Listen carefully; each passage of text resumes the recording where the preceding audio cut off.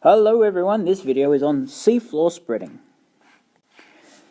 This video will plan to run you through areas of the world that are undergoing seafloor spreading and the characteristics of the volcanoes that happen there, specifically what sort of rock types and how that gives rise to the type of eruption. And I suppose how that leads to the formation of oceanic crust. Terrible handwriting. You will be successful after this video when you can go through, write up your notes, and you can tell me an area of the world where seafloor spreading is occurring and what type of rocks are made there and why they erupt so peacefully. Okay, so just to be clear, this is what I'm talking about here. We are talking about underneath the ocean, mid-ocean ridges. And I know I've shown you this video before. Let's just watch it again. Arrows are showing a diverging boundary caused by the convection currents, and that is underneath the ocean, and it's spreading. That's pretty much it. Here we have a map of the world down the bottom right-hand corner, and you can see that there are some areas of the ocean that are dark, that have like a split or a seam. I have a video up here by your favourite scientist, Bill Nye, and he is going to run us through about 4 minutes of his rundown of how seafloor spreading occurs.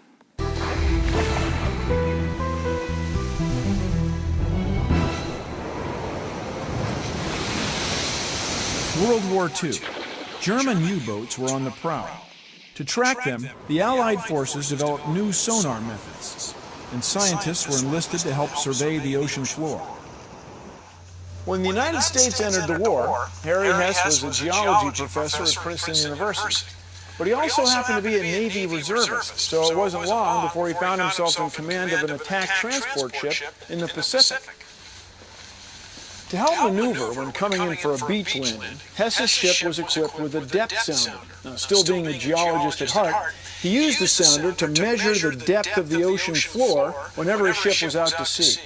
Now, what he discovered startled him. Until the Second World War, most scientists imagined the bottom of the ocean looked like this. Flat, lined with nothing but sediment. But about 2 miles beneath the waves of the Pacific Ocean, Harry Hess discovered something else entirely. Mountains, like these here in California, with deep canyons and trenches, hundreds of high peaks that we now believe are once active volcanoes, and all of this at the bottom of the Pacific Ocean. Surprisingly, though, the discovery of the Pacific Mountain Range is not what makes Harry Hess part of our Great 100. Now, we'll get to that in a minute. To understand where all this is headed, I'd like to skip ahead to another event that sets the geology world buzzing. for years, oceanographers surveying the Atlantic Ocean had taken sonar readings that indicated there was something down there, something big. In 1953, they found out what it was, a 12,000-mile-long mountain range. They called it the Mid-Atlantic Ridge. To fill us in, I paid a visit to Neil Driscoll, a geologist at the Scripps Institution of Oceanography. One of the big discoveries that was made was that there was this ridge of underwater volcanoes that stood high above the seafloor.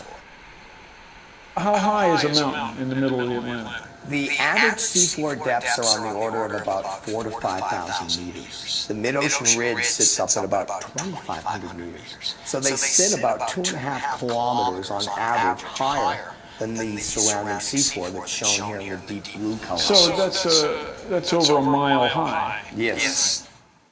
And that's where Harry Hess comes back into the story. Analyzing core samples and sonar readings from around the Mid-Atlantic Ridge, Hess made an astonishing discovery, a phenomenon almost beyond comprehension.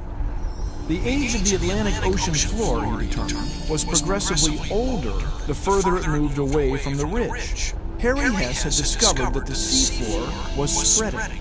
He concluded that molten rock was being forced up from inside the Earth at the ridge, where it then formed into new crust on the ocean floor.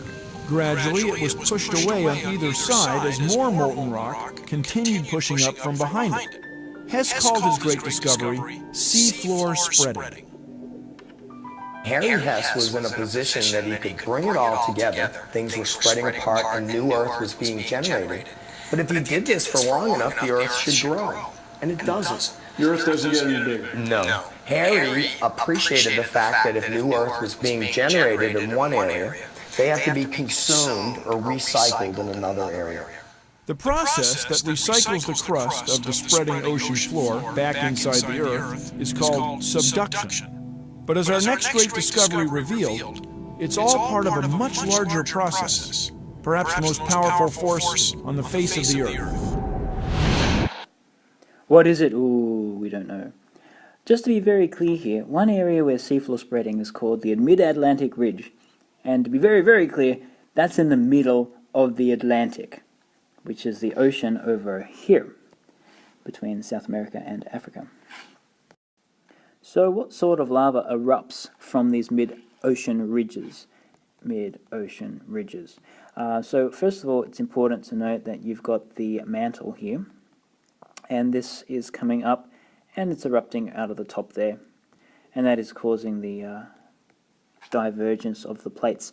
This mantle material is dense, and therefore the lava that comes up is very dense. The reason that it's dense is because it's very rich in mafic minerals. Examples of mafic minerals, you go for the word there, minerals that are rich in magnesium and rich in iron. The Fic comes from iron because the old word for it is ferrous. There we go. If it's rich in mafic minerals, that means it's very poor in felsic, and specifically, it's poor in silica. Now that's quite important because silica actually makes the lava all, I don't know, thick. I suppose the word I would use is viscous, like honey. It flows slowly. Because this lava here is very poor in silica, it's very runny. It is very, very runny. Here's some footage of some underwater eruptions. We don't need the sound there. And you can see that the lava runs freely.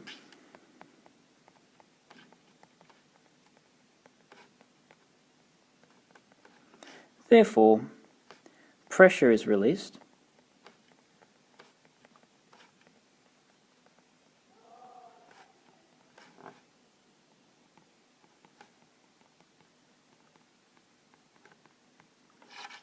And therefore the eruption is not explosive.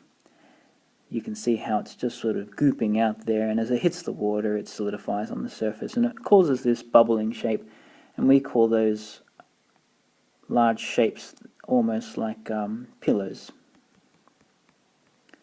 So it's called pillow basalt. Like you could go to bed. Nah. On your pillow basalt rocks underneath the ocean where you would drown. Okay, that's it. Let's go through one more time. Areas of the world undergoing seafloor spreading: Mid-Atlantic Ridge, which is in the middle of the Atlantic. The characteristic type of volcanic eruption that happens there is peaceful.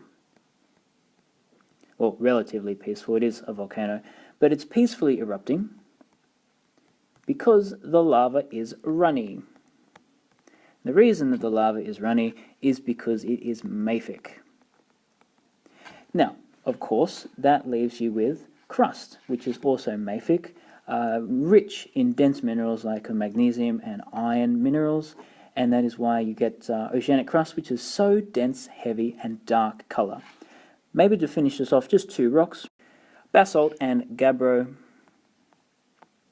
Very indicative of oceanic crust, very dark themselves, small crystals because they're extrusive, and very heavy, black, dense rocks you'll find on the oceanic crust. Okay, for you to be successful, guys and girls, you need to be able to run through, make up some notes about the Mid-Atlantic Ridge, where it is, color that in on your maps, locate Iceland, which is a wonderful country. I definitely think everyone should go to Iceland, but it's a very interesting one because it actually sits on that diverging boundary. Half of the country is getting pulled away from the other half, and if you're lucky, you can get in there and go scuba diving or snorkeling like I did, which was awesome. Then you need to go through, make up some notes about how your mid-ocean ridges, mafic lava is runny, how that leads to peaceful explosions, and how that leads to mafic crust, and how the example there is basalt and gabbro. Voila, have a nice day.